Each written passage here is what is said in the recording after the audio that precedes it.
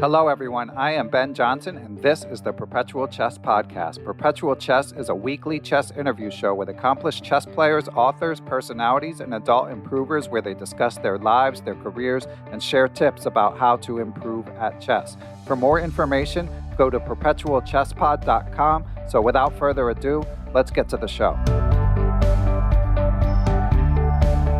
Hello, everyone, and welcome back to another Adult Improver edition of Perpetual Chess. Regular listeners hopefully know that this is when we take a break from interviewing grandmasters and authors and talk to someone who's made significant progress in chess as a hobby. And our guest today is a 28-year-old applied mathematics graduate student, but has made amazing progress in his chess as a hobby. He has brought his Lichess Rapid Rating up to over 2,300. It's been a slow and steady climb over an 8-year span. His Lichess Blitz rating is also over 2,100, and he's got some results IRL against some titled players as well. Of course, the IRL chess has been on the back burner due to COVID. But the climb continues, and I'm eager to welcome him to the show and discuss his life and his chess progress. So, Michael Franco, a.k.a. NoseKnowsAll on Lichess, thanks for joining us, Michael. Thanks so much for having me. Yeah, I'm excited. So, Michael, you've got an unusual background in that you got into chess due to some medical issues. So could you sort of walk us through the beginnings of how it is that you stumbled into the chess universe? Sure. So technically, as a tiny kid, my grandmother actually introduced me to chess, but never really got into it too much as a kid. I might have played a little bit at like school, but never really actually got to play a scholastic tournament or anything like that. So fast forward to my senior year of undergraduate, and I actually ended up getting diagnosed with acute lymphoblastic leukemia. And so suddenly I was quarantined from the rest of the world because I had a compromised immune system, and I was struggling to basically stay focused due to chemotherapy treatment. And suddenly my entire world has shifted, and I'm thinking to myself, okay, I need to find something productive to do because I have to stay sane. And that's exactly how I found chess, basically. I remembered, all right, I'm a math person. Maybe chess is something that I could be interested in. And this was 2013, just around the time that Magnus Carlsen was challenging Anand for the World Chess Championship. And I found Chess Network, not streaming at the time, but the YouTube recaps of this tournament. And I was hooked, basically. It was a great hobby to do when I was feeling down. Basically, I could always stay focused enough to just basically enjoy chess and maybe slightly in the beginning improve. Improve a lot over time. But I'm curious because I feel like, the main draw of chess, I've always felt this way as well, but I've really learned it more as a podcast host is the game is the most appealing part of the game. Everyone, we might be chess fans. We might like watching the top players play. We might be able to appreciate a certain beautiful move. But I think even more so than some other sports, there's no substitute for playing. And I think that's especially true at the club level because the world's best players are so good that it's hard to appreciate. Like watching Magnus play chess is not the same thing as watching like Roger Federer play tennis or something like that. Like you can see the physical marvel of Roger Federer, but with Magnus playing another elite player, the level that they're playing on is so strong that you need a lot of help. One needs a lot of help, myself included, to follow what's going on. So it's interesting to me that you came into chess not just interested in the game, but right away drawn to sort of the spectacle. So what is it, Michael, do you think about the World Championship match in 2013 that piqued your interest? Well, I think one thing that was super interesting to me was that the number one player of quote unquote all time, I didn't really know much, but I would still agree with that. He was not the world champion. So at first I was interested that there's the storyline of, I won't call him the underdog because he was the higher rated player by a significant margin. But this person who had never been champion before suddenly challenging the throne, and he was coming in with like this huge tour de force rating, and his play was impressive. And basically the way that Jerry, aka Chess Network, kept breaking down the ideas that Magnus was coming up with, I was just perpetually impressed. Like at every single stage of every single game, I was always like, wow, this is great. So I came into chess definitely as a fan of Magnus, just based on Chess Network's commentary. Yeah, and I think most listeners are probably familiar with Chess Network's hugely popular YouTube channel, and as Michael alludes to, been at it for a long time. So he's got videos for all levels for anyone interested. And hearing you discuss like sort of the appeal of Magnus, so was it the style of play, or was it the fact that he's young and maybe a little more relatable, or just like the dominance? What do you think it was that made him appeal to you first, Michael? Yeah, definitely his style of play was super interesting to me. I will say it's probably because I was a newer player at the time. I think my first ratings were around like 1100 Lichess. So I basically didn't know too much. And I knew that, quote unquote, I was bad at tactics, because I was bad at tactics. And yet here was Magnus Carlsen completely demolishing one of the best players of all time and, quote unquote, never using tactics. Now, obviously, that's not actually true, but to kind of a superficial level of what an 1100 version of me was understanding, I was like very impressed that you could basically play chess without actually trying to like murder the other guy on the board, but instead just calmly build up these positional victories little by little. Yeah, I mean, it sounds like Jerry did a good job explaining Magnus's style to you, because obviously it rings true to this day. I mean, of course, he has some amazing tactics in his library of games, but certainly not what he's known best for. And of course, we'll get to your improvement in a minute, Michael. That's going to be sort of the main topic of this interview. But I'm curious, as the years have gone on, if like your fandom for Magnus persists, Magnus in particular, and B, if you still follow top level chess, on a regular basis. Yeah, I will definitely say that I followed all of the candidates tournaments and the world championships since 2013 when I first got into it. And then, of course, because I have been reading a lot of books and stuff, I've also gone back in time.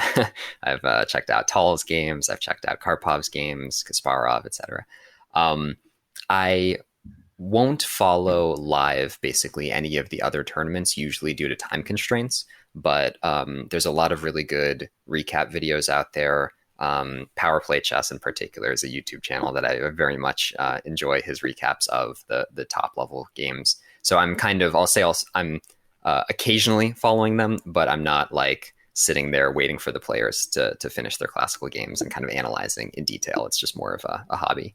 As to the Magnus question, yes, I definitely still am a huge Magnus fanboy.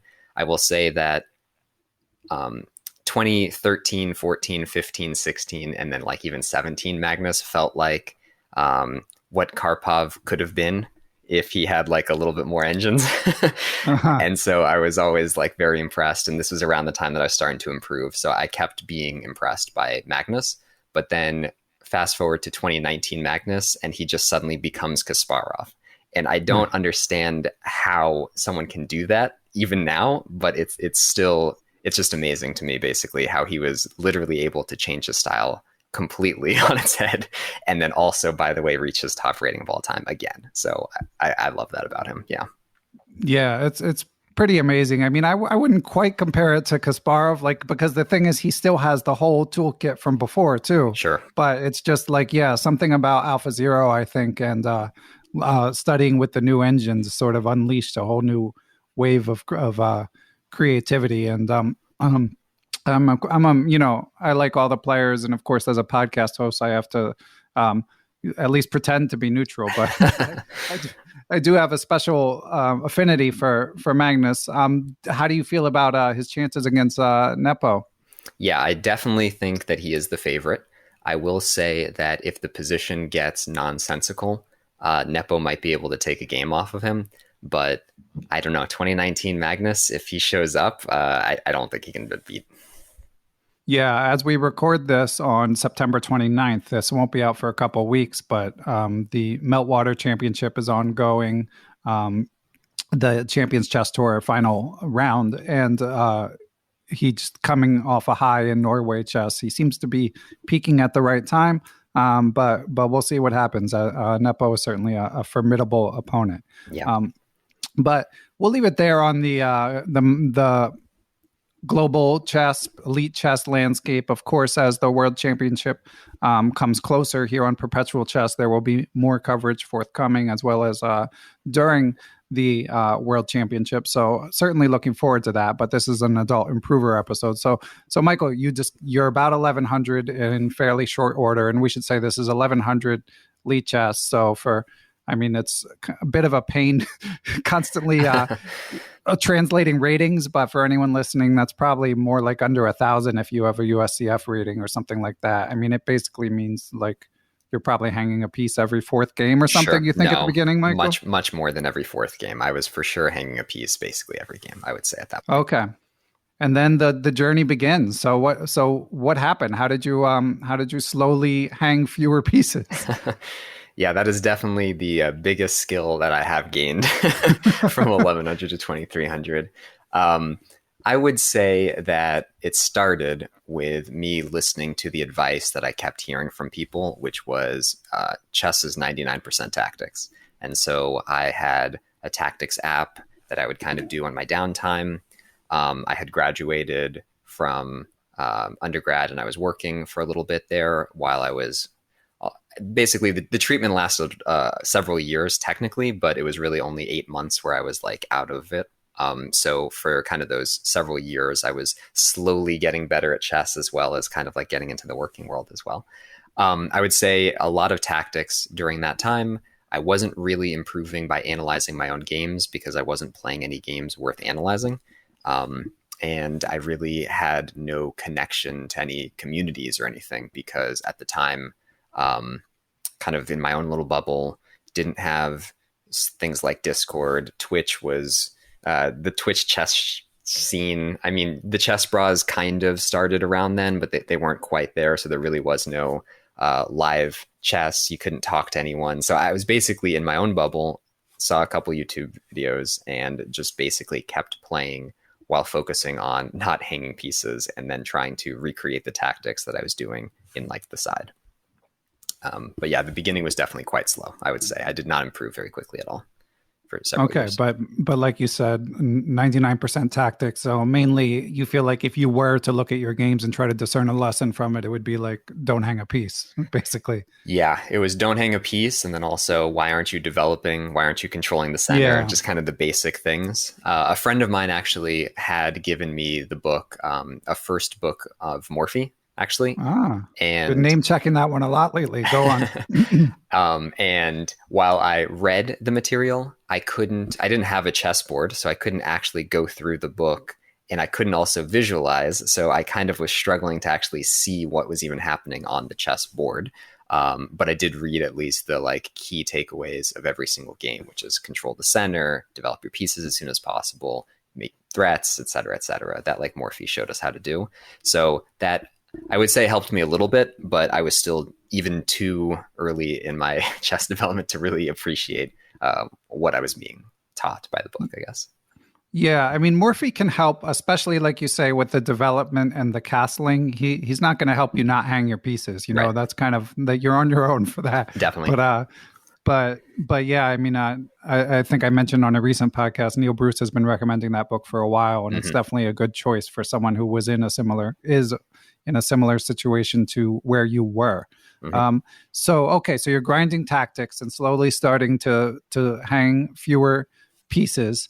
And then you had mentioned in an email to me that eventually you started to read more books, and that's when you felt like your growth accelerated. Yeah, I would say at some point in 2015 or 16, so this is now 2 to 3 years later, I'd been doing chess on and off. You know, it hadn't been anything that I was like 100% super committed and serious about.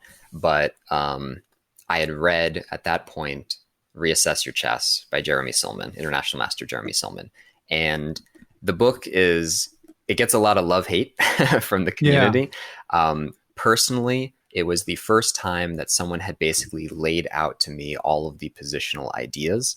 And it was the first time that I started to actually understand like why Magnus was making these moves more than just this is the specifics of the position. It started to like give me basically a roadmap to how to understand positional chess and I really did not have anything before that. You know, I'd seen some Chess Network videos and I'd heard him analyze his blitz games type of thing. But I was completely in my own bubble. So reading this book really helped me suddenly start to see that the goals of chess are not just tactics and don't hang pieces, but rather once you see something on the board, that it should then kind of clue you into what you should be thinking. So rather than you just always scrambling to find tactics, the board itself kind of helps shape your thoughts and tell you where you should go.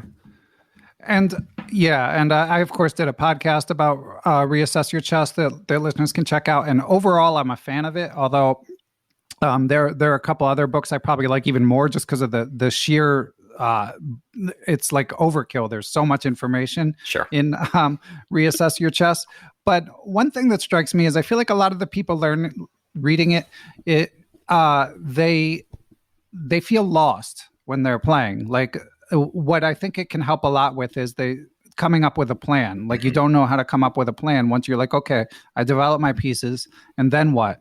And Silman with his list of imbalances is quite helpful in terms of like thinking about what to do next. But on the other hand, I feel like when you look at people's games from around that level, like say, 1300 USCF, so maybe 1600 Lichess Rapid, something around that general level, it's still, they're not playing like Jeremy Silman, right? Like the games are still not, like you can now diagnose a weak square or an isolated pawn or a backward pawn, and you might develop a mini plan to attack that pawn. And that gives you a feeling of confidence, which might help you manage your time better. But it's not the determining factor in the game. You know what I'm saying? Yeah. So like, how do you balance sort of in looking back at what gave you the footing that has ultimately led you becoming a much stronger player? How do you balance sort of just it giving you confidence versus like it actually helping you play better? Yeah. So definitely coming up with the plans was something that before reading that book, I had never even considered really doing. It was just the rules of Morphy, if you will. Try and attack at all costs type of thing. So even kind of appreciating that you can sit on a weak square and just chill with the knight on d5 and just say, great, I have a knight on d5. This is a monster. And what do you have? Even kind of feeling that was something that I'd never done before. I agree. I was still occasionally, hanging a piece or missing a tactic that would then kind of ruin the positional quote unquote masterpiece that I was trying to do. But basically formulating the thoughts in the correct way, and maybe correct might be a bit of a stretch, but at least, in a correct way, helped. It's more than just a confidence thing. It's more of a here's an example. Once you have a passed pawn, previously, I would use the passed pawn probably to just distract someone and then maybe try and checkmate them. But once you kind of appreciate how a passed pawn can really just win the game by becoming a queen and force them back and back and back, and then you can checkmate them. Suddenly, this was something that I had never really considered before, and suddenly I'm becoming a better player. So it really was... I credit this book a lot in terms of just introducing me to this world before reading that book. And it took me almost a full year probably to read the book. It's huge. It is huge. Yeah.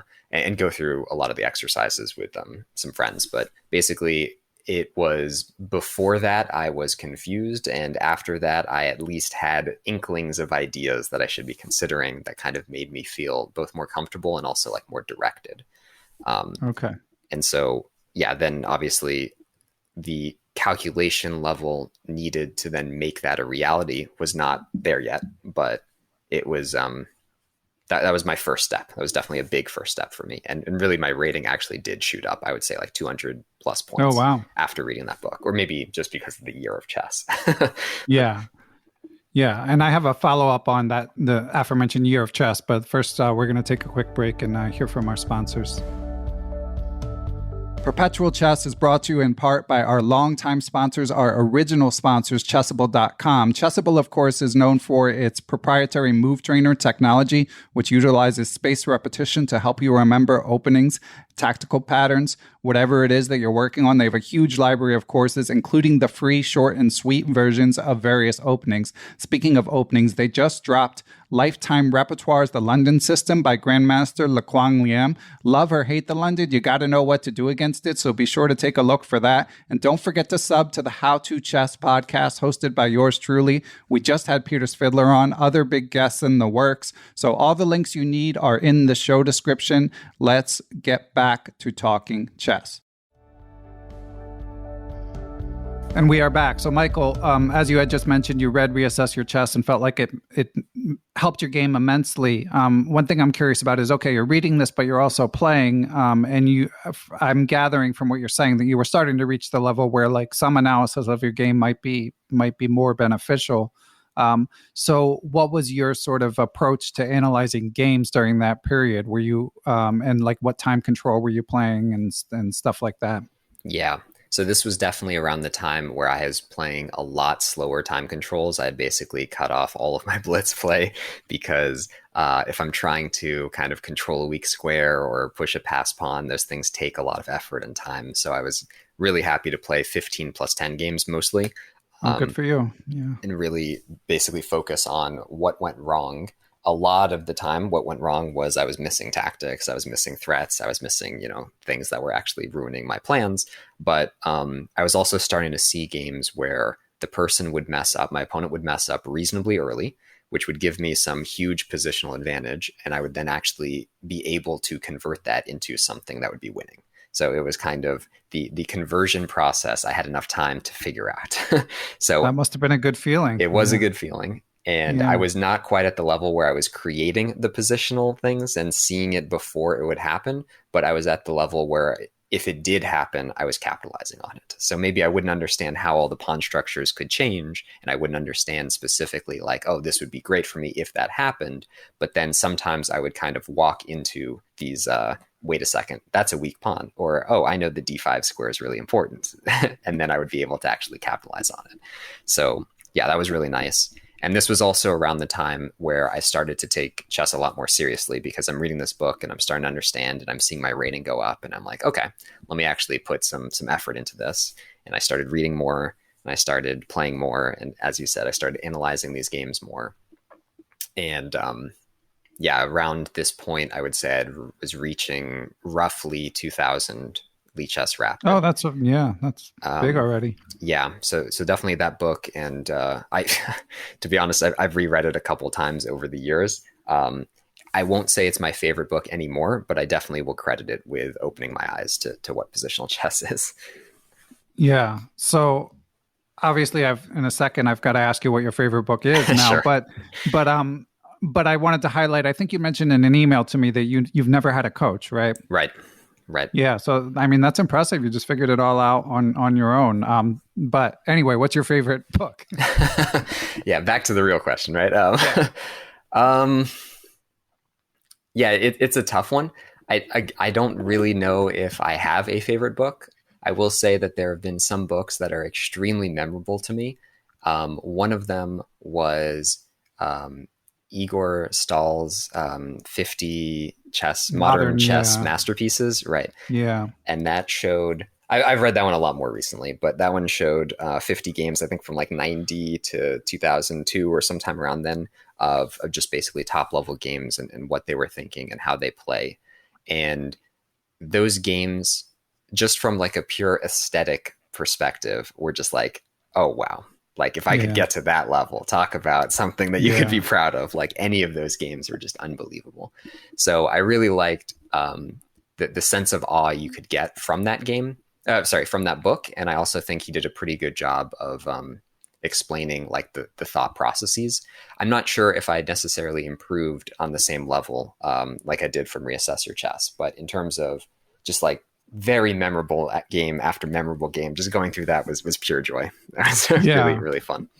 Yeah, it's been a while since I've read it, but pretty detailed annotations. Mm-hmm. I would advise listeners. I think probably like 2000 Lichess Rapid on up, something like that, maybe slightly lower. It's a fairly advanced book. I just want to warn people. Yeah, I would honestly say higher than that. I think I was only reading it when I was 2100 Rapid at minimum, or maybe even more. And there are definite parts where you just have to skip some of them because it goes too much into the weeds for my level at that time. Yeah, I mean, it's gonna, a lot of shear off games and stuff. Sure. So it's just pieces flying all over the place, Exactly. variation after variation. Yeah. Cool. Well, I mean, but I feel like already you've made big progress. So, and you mentioned it was a more concerted effort as you started to see some progress. So, how much time a week, Michael, do you think you were spending on chess? Yeah, so I started grad school and I joined I go to Berkeley for Applied Math Ph.D. and I joined the kind of the school chess club, which is different than the Berkeley chess club, which is kind of in the neighboring area. But the school's chess club was the first time I had met an international master before. And we were just like, oh, you're just a college kid. I'm a grad student, you're a college kid. There's a pecking order apparently, and international master doesn't change it. But yeah, basically all of a sudden I'm talking to people about chess every Friday and they're crushing me in just like unbelievable ways. And I'm just like getting more and more experience of like how horribly you can get absolutely mopped off the board. Right. But after each game, they were analyzing with me and we would talk about the games. We would talk about like what went wrong. And more often than not, these players who are 2,300 USCF or higher are basically like perfectly identifying exactly when I went wrong. And this started to give me more and more stuff. And so basically, in terms of how much time per week was I putting in, Friday, starting from 4 p.m. was the chess club. And I would basically play those games. I was at the level now where I could memorize the games that we had played. So then I would go back home, open up Lichess, plug in the analysis, and then see basically comparing my thoughts to their thoughts and seeing like, well, wait, they're always right about everything. And so this was definitely my Fridays would be like a lot of chess. Occasionally during the I guess the work week, if you could call it that. As a grad student, it's hard to say the work week, but maybe 1 or 2 hours of playing per day. Maybe that's a little bit high, but this was kind of what I was aspiring to. So 1 to 2 hours. And then occasionally on like a Friday or a Saturday, that kind of chess club jolt of energy would then push me to do like maybe 5 hours on a Friday or maybe like another 4 or 5 hours on a Saturday kind of thing. Okay. So yeah, a aggressive but not like unfathomable chess schedule, I would say. And were these games kind of rapid pace as well with the other kids from the Berkeley Chess Club? Yeah, I'd always ask for the longest time control possible because I'm the old man here. Right. But no, unfortunately, most of the time it was probably 5+3 would be like the longest I could get them to play. Yeah. Maybe I'd play a 10+5 occasionally, but usually they'd just crush me in 5 minutes anyway. So it wouldn't change too much. I mean, it shows a good attitude, a growth mindset that you were just like lapping it up and then analyzing the games afterwards. Yeah, you definitely learn a lot from analyzing your own games, both with the engine, as long as you know what to look for, but then also kind of hearing their thoughts. And when they say things like, oh, in this variation of the Richter-Rouser, I was surprised you didn't play this. And I'm like, I didn't even know that was a move. Like, what do you mean you're surprised by? So yeah, I mean, they obviously had more theory than me, but it started to actually not be the case because I would play the same people over and over again who are one of them, without maybe name dropping because I haven't asked them if that's okay, but someone is a woman international master who is competing at the US Women's Championship, and she would always play the French against me, and I was playing the French at the time, so she would play into my French, and we would get the poison pawn variation of the winnower. So these positions suddenly are just explosive and everything's hanging, and I'm starting to learn like variations that are extremely detailed, but I'm also starting to understand what's happening at the end of the variation, which is something that I didn't like used to be able to do. But after playing a whole bunch of games against someone much higher rated and you see how you lose on both sides, suddenly you can start to improve that way. So that was really useful. It's great to play training games or even casual games that you take seriously in your most frequently seen openings. And obviously in the computer age, you can do that against these various computers on Lichess and everywhere else. And Michael, hearing you talk about the French winnoware and a couple of your most featured lines makes me wonder, what was your approach to openings generally? Were you studying them much? Yeah, so it's kind of an interesting journey where I've backpedaled completely. So on this point was maybe the first time, this is 2017, 18, somewhere around there. This was the first time that I was really starting to actually look at openings and start to memorize some ideas. Maybe even like form my first repertoire. So I'm like 2000 Lichess, and I would probably get taken out of book like very quickly. And I think that's pretty typical, honestly. But before that, I was playing things that would avoid tactics. That's what I was playing because I was scared of tactical positions. I was kind of following the Jeremy Silman, everything's going to be an advantage, and the advantages that I understand are those that are static. And I didn't like IQPs, and I didn't like positions where everything was exploding. And then around 2018, I realized that I needed to switch it up. Basically, I realized that the reason that I kind of am scared about this stuff is because I have no experience in it. And so I switched from the Caro-Kann, where I would try and play the most calm variations possible, to originally I started basically castling opposite in where white castled in the Caro-Kann. But then it started to be where I was like, all right, well, let me play the French because they're very similar, but in the French, everything explodes. And so I'm going to get hurt if I don't understand what to do when the position is blowing up in my face. I started to play the open Sicilian. I had been avoiding the open Sicilian as an E4 player this whole time. And I started to say, okay, let me actually play into the Sicilian and let's see what happens. So I'm looking at lines, yes, but I'm actually, I think more than anything, it was like a mindset. Don't be afraid of the things you're not good at. And then afterwards, I would then basically play variation after variation against the computer from the game and see like, okay, this is what I was afraid of. What could have happened if we went into that? And then seeing the various ways that the computer would have destroyed my ideas. So that kind of helped a lot, basically get over a fear. And now I actually play the Sicilian as black. And I'm very happy when the position explodes as long as I have active pieces. So it's kind of that's been a big struggle where I flipped completely 180 from someone who always avoids scary stuff to now diving in, basically. That's great. That inspiring, and again shows sort of a growth mindset where you're just willing to sacrifice short term in order for longer term gain. Rings reminiscent of some advice that FM Peter Giannatos gave in our recent interview. And I know, Michael, you mentioned in our emails you played some tournaments. So what's going on with tournaments during all this? Are you playing them much? So right around 2018, a friend of mine said, dude, you're 2100 Lichess, which according to the percentiles is like, 90 something. He was like, you have to play one tournament. Like, this is insane. And I was like, I can't afford it. I'm a starving grad student who doesn't want to spend money to know that I'm going to get beat by some 10-year-olds. And he, I'm in Berkeley. He's a Silicon Valley person. He said, listen, I'll pay for your first tournament. Oh, that's nice. And if you get any earnings, then you'll pay me back. So that was my first tournament. It was 2018. There was one kind of near where I lived. And it was actually a very big one based on what I found out about tournaments now. It was the Golden State Open, which has, I think, $50,000 of prize money, maybe like a little bit more than that. And I remember in this first tournament that I went to, Kostya Kavutsky was there, and I said hello to him, and a couple of GMs that I had like heard about. Suddenly I'm just like seeing them chilling. So yeah, the very first tournament was intense because I was unrated and I was playing in the under 1800 section because I figured at least there, if I'm 2100 Lichess, maybe I'll be 1800 over the board. And that was completely inaccurate.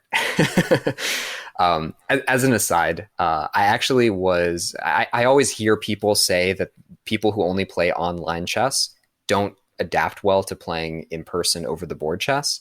And actually, in my experience, it's very odd. I just wanted to throw this out there that I never had this issue at all. And the reason I never had this issue is because I actually would play chess on the physics simulator game, Tabletop Simulator. And Huh. it's like a game where you're basically, you can do it in VR. I never had a VR thing, but you basically are like a uh, third person kind of, no, sorry, it's a first person look at like a chessboard in 3D. And so you're moving the pieces, and there, it's not like Lichess where, you know, everything's 2D and you like make a move and it's all like legally checked according to everything. It's just like a physics simulator. So you can like flip the table and you can, you know, knock pieces around, and you can just Wow. like make random things. So actually Like I credit that. multiverse. Yeah. Yeah, exactly. It's crazy. I credit that game a lot with making my first tournament not at all bad. In fact, I felt very comfortable with the 3D world, which Well, I was mean, you're also playing at the club, though, to be fair, right? so at this point, though, this was 2018. I had played at the club for 1 year. Okay. So yeah, this was at the beginning. Um, yeah, this was tough. I did okay in the tournament in that I think I went just below 50%. But I was not playing people that were 1800 and I was going just below 50%. So that was a, So you got a provisional of like 16 something or exactly what? sometime Okay. something around there. Yeah. Then the next year, 2019, played the same tournament, did a lot better. Basically, only lost one game due to my own kind of getting in my own head, but otherwise I won or drew everything. And this was basically the last time that I was trying to play exclusively like Karpov. And right after that tournament, I looked at kind of what had happened and I analyzed all these games to death because they were really interesting games for once. And I realized, again, I was completely scared of when the positions would blow up, when there were several scenarios where if I had just allowed the position to blow up, I would have, like, it would have been so good for me. But I was like, oh no, I'm too scared. I can't allow that. So that's when I like completely changed my openings, and I completely said, like, mindset wise, I need to be comfortable in those positions if I want to be able to crash people like that. So yeah, the tournaments were really nice, but it was really only 2 tournaments so far in person. And then there was a COVID online tournament that I played, which was really interesting, where I actually ended up getting a tournament performance rating of 2370, which was kind of insane. But I went 7.5 out of 9, and several of those players were 2000 over the board. And one of them was an international master, and I drew the international master. So it was a fantastic tournament. Amazing. Yeah. I don't think I am 2370. That is definitely a fluke, but this was after I had kind of changed my mindset, and it really did show. In fact, in the game against the IM, I sacked the exchange just completely without anything except for, here's a full exchange, take it. It was the correct move, and I followed it up correctly. And then we reached an end game where I had a knight and 2 pawns against the rook, and there were a couple other pawns also on the board, and it ended up being a draw. So ultimately the correct decision, and it was very exciting to do that against someone like 600 points higher rated than me. Yeah, that's great. All right, I have a few follow-ups. So Sure. Number one, bringing it back to the US CF tournaments that you played. I know there's some online stuff trying to convert Lichess ratings to USCF/FIDE, which are, again, somewhat approximate, probably within 100 points, with USCF tending to be higher than FIDE. So based on your N of 2 and your sort of anecdotal observations, what do you think a 2100 FIDE rapid player, what do you think that does translate to? Like, do you think you played at your level in that first tournament, or do you think like maybe like your nerves got you a little bit and you underperformed? And you got the 1600 performance rating. Yeah, definitely my nerves were for sure a thing, because I've never been so focused for that long. So it was a little bit of nerves and it was a little bit of stamina. I definitely never played that much chess for that long. It was a 4-day tournament, and I was like playing 7 hours a day, and my heart could barely take it. Like, I was just like that focused. It's intense. Yeah. So that was a lot of fun. Definitely would recommend. But definitely the nerves and the overall fact that this was my very first time, it was a struggle. So at that point, I was 2100 rapid. This was with the caveat that Lichess has changed their rapid ratings somewhat recently in 2021. So that probably would translate to something even higher now, I think. But I would say probably around 1700 if I had to guess. So not like that underperforming, but a little bit underperforming. I would also say that probably everyone says that they're underrated. So in that sense, maybe it's a little bit of personal bias, but yeah. Okay, interesting. And do you have any advice for anyone listening who's who's played a lot online, reached a decent level, and never played a tournament? I would say you're not alone. I definitely, in that one tournament, met 3 other people who were unrated who also had played a lot of chess online for several years. And I mean, now we're post Queen's Gambit boom, so I'm sure that number has exponentially increased. But yeah, definitely you're not alone. Go for it. It's a lot of fun. I would strongly recommend that you bring extra food. This was something that I did not understand beforehand. And so I actually had to offer a couple draws because I was just beat and tired and hungry. And that was not like my best chess. But yeah, bring a lot of food and just go for it, because even if you end up completely underperforming, and let's say you think you're 1700 and you get a 1200 rating, that doesn't define you, obviously, as a person. And secondly, it means that when you come back, you're going to get that feeling of increasing a lot of rating really quickly. And that's going to be just as good as getting it on the first time around. So there's actually a lot less stress than what you put on yourself. Okay. And another question, I mean, it's a cool story about your friend putting you in your first tournament because you know, the cost was prohibitive, which is certainly understandable. Were you tempted to go for the section that sort of maximized your chances of winning a prize? Right. Like if I had played the under 1200 or something. Yeah. With no rating. Technically, I think as an unrated person, there's a cap on how much you can get, and that's probably why. So people like me don't end up taking all the money. No, I don't think I was tempted, because if I'm only going to play one tournament a year, or at this point, one tournament ever, I wanted it to be games that I would be proud of and games that I could analyze and kind of improve on. So I wasn't really tempted to try and think about the money. I really was like, all right, let me put my best foot forwards and play people where I won't win necessarily. Okay. All right. Well, it's been awesome hearing your tournament experiences. I want to hear about a few more chess books, and I want to hear about some of the Twitch modding you're doing. But first, Michael, we're going to take one more break and hear from our sponsors.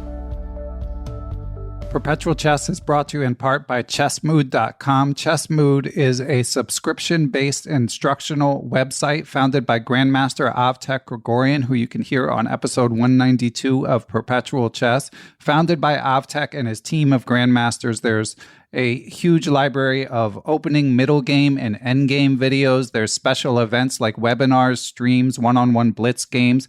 Every Chess Mood member gets a consultation call with one of the Grandmaster coaches. And also be sure to check out Chess Mood's free content. Avtek has a great blog. They also have a YouTube channel where they're posting videos from Grandmasters daily. So links you need are in the show description, but be sure to check out chessmood.com. Perpetual Chess is brought to you in part by aimchess.com. Aimchess, of course, collects your games from the major chess sites and then gives you an actionable study plan. So it's a great resource for players and coaches alike. It tells you how you compare to your rating peers in openings, end games, time management, all that stuff. It told me I was behind on the clock in 87% of my recent blitz games. I think I might need to work on that, and thanks to Aimchess for pointing that out. But it's a great product. Go to Aimchess and check it out. And if you decide to try out a subscription, use the code Perpetual30 to save 30%. As always, the info you need is also in the show notes.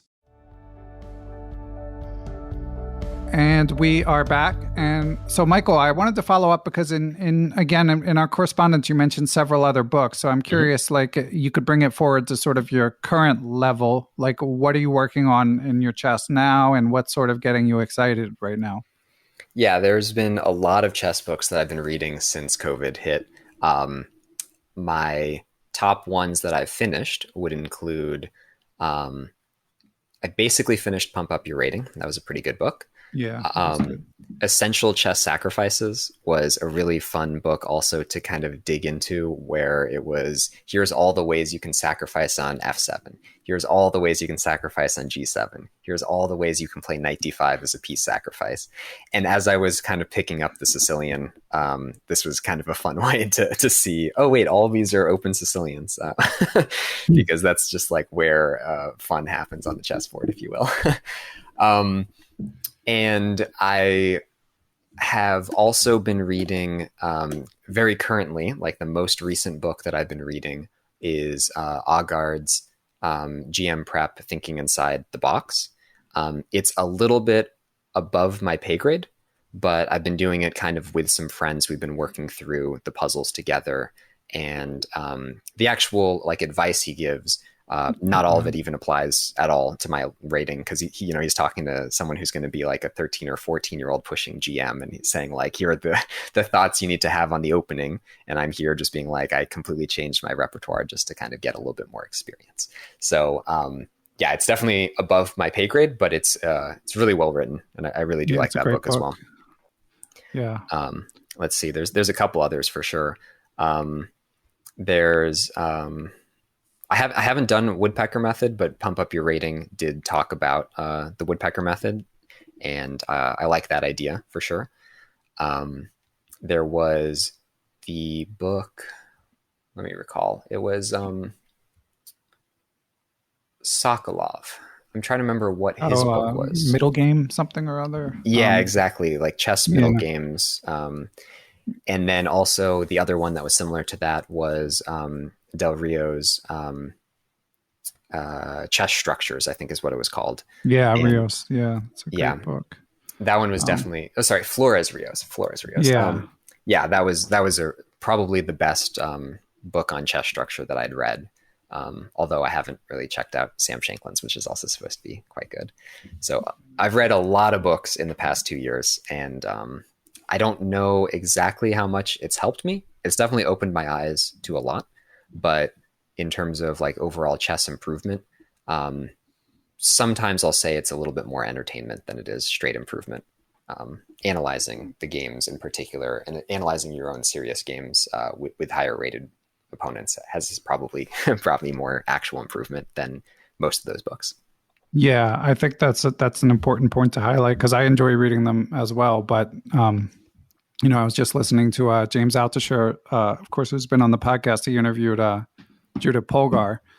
So definitely recommend listeners check for that podcast interview. And in it, you know, he asked Judith what she had done to improve the most, and she actually credited blindfold chess when she was a kid. But curiously, she also said like today she doesn't even feel like that's enough anymore, because everyone's doing that sort of thing. But she was ahead of her time. But James did like a little recap after the interview, and he was saying like, you know, doing the thing is the thing, basically. Like reading the books is one thing, but you know, as the cliche goes, if you're going to learn to swim, you don't read a book about swimming. You just have to get in the water and figure it out. So it's, you know, it's just kind of tricky to find the right balance. But then also hearing you talk about Woodpecker Method and GM Axel Smith's works makes me wonder where tactics fits into all of this, because obviously a lot of the improvers I've interviewed are just doing tons of tactics, and you haven't really mentioned them that much yet. So definitely I have been doing tactics, but the tactics that I've been focusing on are not the puzzle rush tactics, but rather the let's say chess tempo 2100 rated or higher tactics. So it's where you kind of have to sit there and you sit on your hands and you don't move for 45 minutes, and you make sure that you've seen everything that can possibly happen, and you are completely comfortable that your, let's say, 7-move calculation of like several different branches is like completely correct. So it's like it's not tactics per se, as more like visualization and calculation. That's what I've been focusing on for the past, I would say, 2 years. Okay, so it's not, you wouldn't say it's like what got you to where you are, but it's become increasingly important. Yeah, especially when I'm talking about the games where I'm playing people over the board, or the games where I'm playing people and you have, you know, sometimes I'll play a long, like a 30 plus 30 game online, and you have a lot of time there to really sit and really calculate. And if you think you see something, but it fails, like you need to refute that early. And so, yeah, being able to kind of calculate not so much far, but accurately is definitely a skill that I've been working on. Yeah, and that again echoes good advice that Peter Giannatos gave on the podcast about solving challenging problems. I mean, he was just saying 5 to 10 minutes, so 45 minutes is all the more impressive. So you're, I think more, even though like I interview a lot of people about their sort of Lichess Rapid and classical ratings, I don't play a lot, so I've more grounding in the fact that your Blitz rating was like 2140 or whatever at the time of this interview. So what is your USCF after, like, considering you've barely played? So what is your USCF at this moment, Michael? Yeah, so my USCF is still the same rating it was basically. So I've played only 2 tournaments. The first one 3 years ago, the next one 2.5 years ago. So it's still, I think, just under 1700, just around 1700. And I believe that means it's still provisional. I don't quite know the rules there. But then I should say, actually, because sorry, you can finish what you're saying. Yeah. So technically I've played 2 tournaments since that are like USCF online rated ones. And so my online rating is probably like 1950 or 1960 or something like that. But it's not quite the same as the other rating. Yeah. Okay. Yeah. So a couple things. So provisional ratings that I'm 90% sure it's based on 25 games. And for anyone listening who doesn't know how they work, basically, in order to get a rating that fluctuates less, the first few tournaments you play, if you beat someone, they add 400 points to the rating of the person you play, and that gets inputted. If you lose to someone, they subtract 400 points, and that gets inputted. And if you draw, you input their rating. So, if you played 3 1600s and won one, lost one, and drew one, you'd be a 1600, just to give the most basic example. But of course, that means that your initial rating is going to be very subject to the ratings of the people you play. If you play at 2500, it's automatically going to pull up your performance rating, even if you lose. And if you play a 900, it's automatically going to pull down your performance rating, even if you win. So after 25 games, you get an established rating, and then it's just like plus or minus 15 points or 20 points, or depending on what the rating difference is. So that's just a bit of background for anyone wondering. And I also just wanted to highlight the fact that hearing Michael talk about like how strong he is, and he's rated 1700, for anyone who's been playing tournaments here as the quarantine sort of ends, as COVID sort of maybe ends, like anyone getting frustrated with their results, like this is what you're dealing with. There's people like Michael that have just been grinding for many, many hours and making amazing progress, as well as the kids whose ratings can't keep up. So keep your head up if you're out there trying and losing to all these lower rated people. It's crazy. Yeah. So do you have any current tournaments planned, Michael? I would love to play in January, which is, looking forward quite a bit, the same tournament that I played those years ago. So I don't know if I would do it, specifically because COVID still kind of gets me a little nervous. So I haven't fully gotten over it in order to like get out into the world yet. But assuming things are better than they are now, that would be definitely a tournament I would love to do, because it's local. There's a lot of stiff competition. And I think for once I could actually, I don't know, win or something, the under 1800. Yeah. Maybe I'll just play up a section. I'm not sure. Yeah. So a tempting choice, I'm sure. And are you still managing to spend a lot of time on your chess right now? I mean, I'm sure like your grad work in applied mathematics is fairly demanding. Yeah. So especially recently, I've been trying my best not to focus 100% on chess. And definitely I'm trying to graduate in a year. So I'm really thinking thesis work, research, math, etc. But yes, I would say at night, I'm still able to kind of read for 2 hours or so, a chess book, or 1 to 2 hours of a chess book, and kind of end the day. Maybe not like as a bedtime story, but like I'll put in 1 to 2 hours of serious thought, and then cool off with either some, nothing blitz, or just like watching some streams or something like that. Yeah. Yeah. And you've been a mod for I Am Andras Toth's stream you mentioned? Yeah, definitely become a big part of the online chess community in a lot of different ways. Obviously, there's a bunch of different communities, but Andras has a Twitch channel, and I'm a mod there. He and I, while he's not given me direct coaching, he has been an inspiration, and we've talked a lot about my chess. And he was one of those people that convinced me to basically just pick up the Open Sicilian and just go for it, because no one knows any theory, and it's a lot of fun, and you'll learn. So yeah, he's been really nice about that. I'm a big follower of the Chess Bras for sure, and in fact, I'm going on their trip to Tulum, Mexico. Wow, I didn't know that was happening. That's gonna be nuts. Yeah, it's gonna be fun. They've got like a chess camp during the day, and then it's Tulum, Mexico at night. So we'll see what happens there. And then I'm a moderator of a couple of chess discords. The Morphe Chess Club is kind of the big one, and also active in a couple other ones that I'm not a moderator of. And just having these communities where you can send people your games, you can analyze each other's games, you can talk through a chess book together online while like going through it simultaneously. So you like have a community. I think it's definitely helped my chess personally a lot to basically have people that you're working with, whether or not your rating is kind of not so important. Definitely helps to have people higher than you, but also if you're, working with someone, let's say 400 points lower rated than you, the act of teaching an idea really cements it in your own personal experience. I've learned that from just like teaching in general. Yeah. And so it's very true in chess as well. It helps to teach.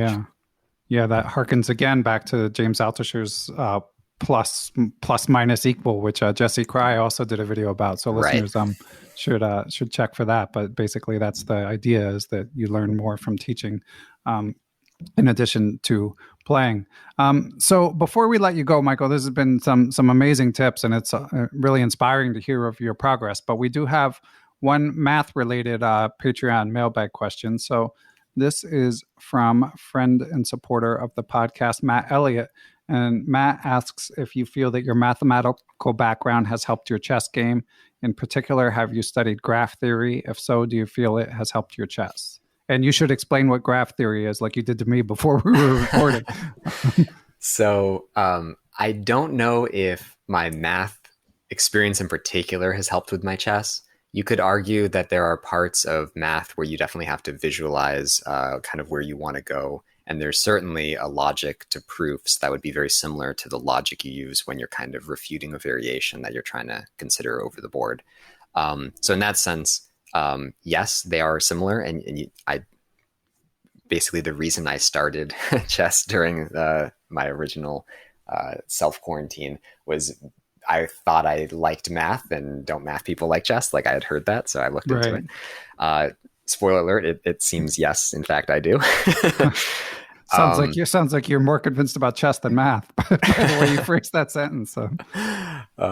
So yeah, in that sense, yes, they're related. In terms of like true math knowledge, like graph theory is kind of the understanding of the analysis of networks. And so the only real network that I would see in kind of chess would be all of the move variations. You kind of start in your current position. There's, let's say, 5 different moves that you're going to be considering, and that branches in each of those will branch a couple. And that forms a graph. You can think of each position as a node, and you can think of the lines between them as moves that you're making. And so if you're going to analyze something in graph theory, I would say that probably, at least to me, the research level mathematician in me is going to be looking at the problem completely differently than anything that you would really consider in, like, let's say you're over the board and you're calculating these actual variations. So it's like, in theory, they're similar, but in practice, I would say they're completely different ideas of how to approach chess versus math with graph theory in particular. Okay. And more broadly, I think you mentioned you have 1 year left in your sort of current degree. Like what's going on with your career? I know the academic track can be brutal. It can be True. Quite competitive. So what do you have to do to graduate, and then what's next to finish your current degree, I should say, and what's next after that? Yeah. So I have, this is my sixth year. I've got some publications for sure. And I'm trying to basically flesh out and publish this one final idea, which I'm currently working on. I won't really explain it because it would take too long to kind of get through the background. Right. But suffice to say, it's about fluid dynamics and applied mathematics. Wow. Um, and so if I can kind of finish that reasonably quickly and then put together all of my work into kind of a coherent thesis, then that would be maybe like a 150 to 200 page kind of article of like, here's all the work I've gone through in math. And that would be hopefully done by, let's say, next May. And then I could graduate. Technically, in terms of career, I'm not thinking pure academia. I really love teaching. And in fact, I really like teaching chess as well. Not so much as a coach, but just it's really fun to kind of like write articles and write studies on Lichess that kind of explain Oh concepts. yeah, which you've done a bunch of, right? Yeah, yeah, some of mine have been on the staff picks, which is really nice. But basically, I would say I'm kind of in the realm of I want to go to one of the national laboratories and do research there they have a bunch of different labs in the US and a bunch of different people working on a bunch of really different, interesting problems that are, I would say, engineering in nature, but you need an applied mathematician on the team to kind of understand some of the dynamics of the engineering problem. So that's Okay. kind of where I'm hoping to go, which is not pure academia. Okay. Man, heady stuff. Well, good luck. It sounds like Thank you're you. in the home stretch of sort of an important phase. Yeah, which is why I said I'm trying to lean off the chess a little bit, and that's why Yeah. tournaments aren't my main focus. But yeah, Yeah. Well, the beauty of chess is that it will always be there. So, in wrapping up, Michael, I feel like you should give a more explicit shout out, detailed shout out to that Discord, because I'm sure if there's room for more, I'm sure some people would sure. be interested. I agree with what you've said about community being really important. And then just to start brainstorming while you're saying that, I'm going to ask you for sort of three takeaways, the three things people should do to improve their chess game. Sure. So that Discord is the Morphe Chess Club. You can find it on disboard.org. I know that's one of the main places that you can find Discords, and we're probably one of the bigger chess ones. So if you Okay, search so I'll chess link there, I'll link to that. Yeah. sure. Um, let's see. In terms of the three takeaways, um, the main one is definitely play longer, serious games and really analyze them afterwards with an engine, by yourself, with other people. Everything you can do to analyze your own play is going to be really useful. Not so much because you're going to be expanding like your opening knowledge, but because you'll see the types of mistakes you're making. And if you can kind of think a little bit bigger than just every single game and think about all the games, then you'll start to maybe make some conclusions on what you can improve on. So for me in particular, that was me realizing I was playing scared. I was always Yeah. scared of positions opening up.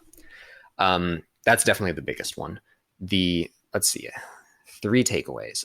Number two, I would probably say would be playing higher rated people. At Berkeley, it's been a lot of fun to play better people than me by a lot, like not even close to my level.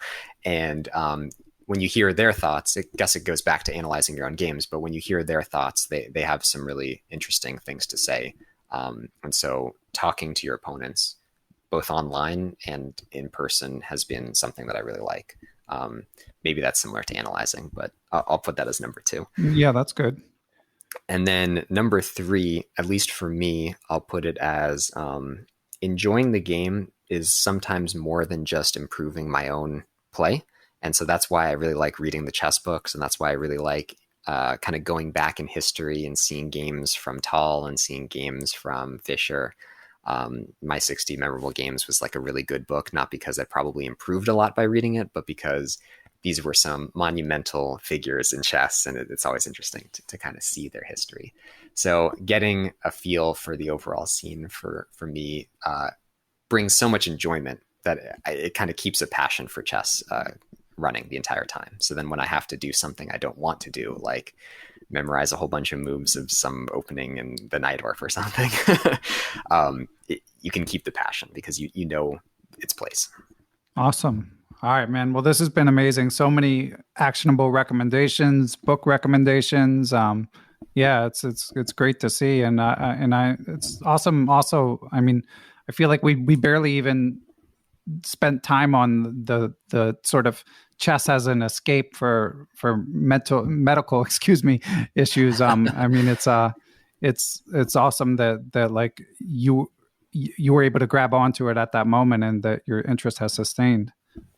Yeah. It started off as kind of something to keep me distracted, but definitely blossomed into much more than that, I would say, at this point, for sure. Yeah, and the health, you're good to go now? Completely good. 2.5 years of chemo. As I said, most of it was hardcore in the very, very beginning, like for a couple months there. But yeah, I've been fine for, I guess now 7 years of no chemo. So things are pretty good. It's great to hear. All right. And NoseKnowsAll on Lichess. Michael, if anyone wants to reach you another way, is there another way, or should they just message you on Lichess? Yeah, messaging me on Lichess would definitely be the best way. NoseKnowsAll for sure. Okay. Awesome. Well, keep up the good work. I hope you're able to continue to find time for chess despite all your other achievements, Michael. It's been fun to hear about it. Yeah, hopefully. Looking forward to it. Thank you to everyone who listens to and supports the podcast. And most of all, thank you to my producer, Matthew Passy. Be sure to check us out on social media. You can follow me on Twitter. I'm at BennyFishel1. We also have a Perpetual Chess Facebook group where we continue the conversation about each episode. I've even got the Instagram page locked and loaded, actually posting clips every week. So you can follow at Perpetual Chess to catch some clips there. I also want to thank our sponsors, of course, Chessable.com, the original sponsor of Perpetual Chess, Aim Chess, Chess Mood. Thanks. I'm proud to be affiliated with all of these sites. Also want to thank Blue Wire Podcast, with whom I partner. Big shout out to Blue Wire. Check them out for sports podcasts. But most of all, I want to thank the individuals who helped make Perpetual Chess go via PayPal or Patreon. And of course, they get to find out the guests, send in questions, hear occasional GM lectures on Zoom, and even get ad-free podcasts. So thank you all for supporting Perpetual Chess and keeping it going. So without further ado, I would like to give special thanks to the following people and entities. Chessable.com, David Lazarus of LazmanChess.com, Quality Chess Books, the Capital City Chess Club, the Abysmal Depths of Chess blog. Shout out to JB.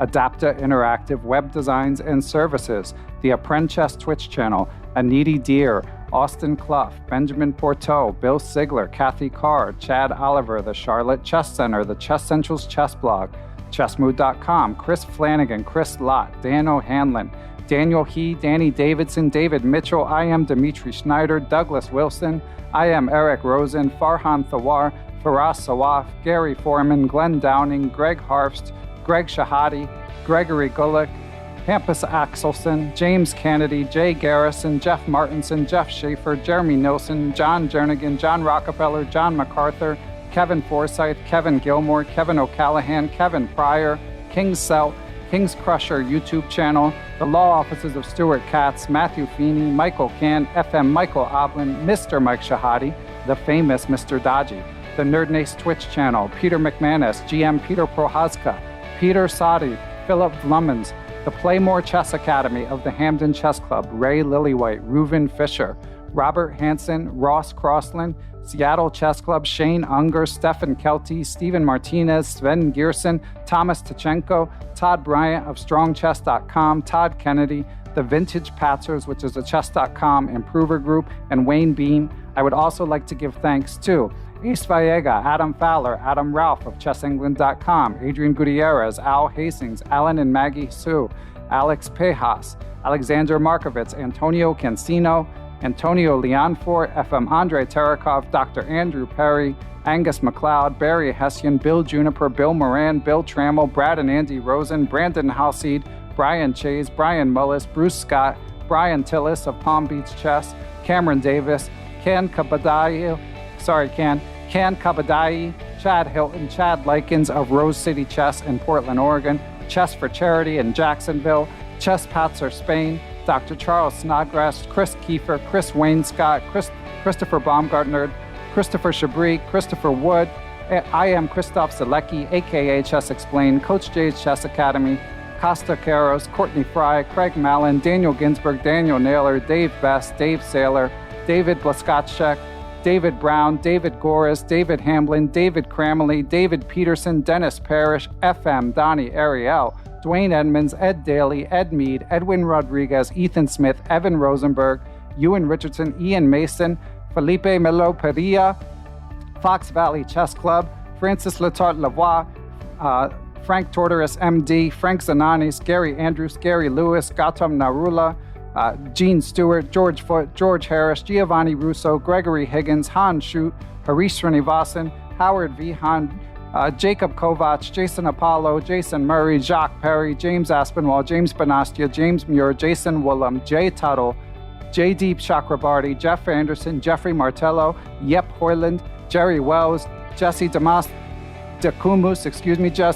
Jesse McNulty, Jim Ratliff, Jim Sadler, Joe DeSano, Joe Valdez, Joel Thomas Ramos, John McAdams, John Tully, Juan Almaguer, Dr. John Fallon, John Fernandez, John Fontaine, John Hartman, John Jeffrey, John McMurtry, Jonathan Bannister, Jonathan Slater, John Quist, John Tully, Jose Rodriguez, Justin Gardner, Justin Goodfeller, Jen Shahadi, Joe Rocky, John Thompson, Grandmaster Josh Friedel, I am Kare Christensen, WGM Katerina Nemtsova, Kelly Palmer, I am Kostya Kovyutsky of Chess Dojo, Krishna Gopala Krishnan, Kyle McAvoy, Larry Cook, Larry Ryforth, Macaulay Peterson, Maria Emelianova, aka Photo Chess, Mark Chaves, Mark Fitzpatrick, Mark Miller, Mark Wilkins, Marko Bulatovic, Martin Knudsen, Martin Krug, Matt Ferrari, Matthew Allen Coughlin, Matthew Tedesco of SeattleChessMeetup.org, Matthias Plock, the Mechanics Institute of San Francisco, Michael Allard, Michael Hudson, Mike Clem, Mitchell Fabian, Nate Goebel, Nate Solon,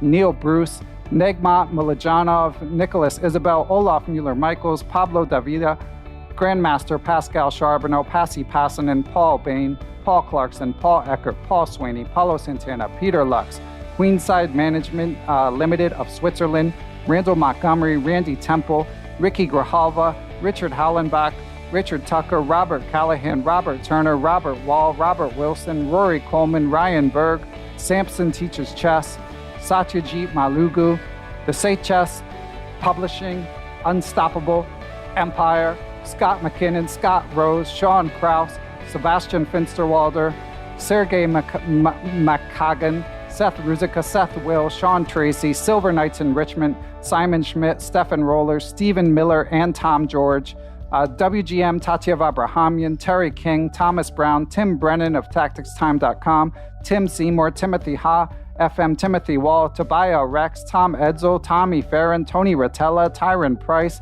Victor Beauchamp, William Brock, William Peterson, FM Zhao Cheng of Chess1000.com, and last but never least, Zhivko Stoyanov. So thanks for listening, everyone. We will catch you all next week.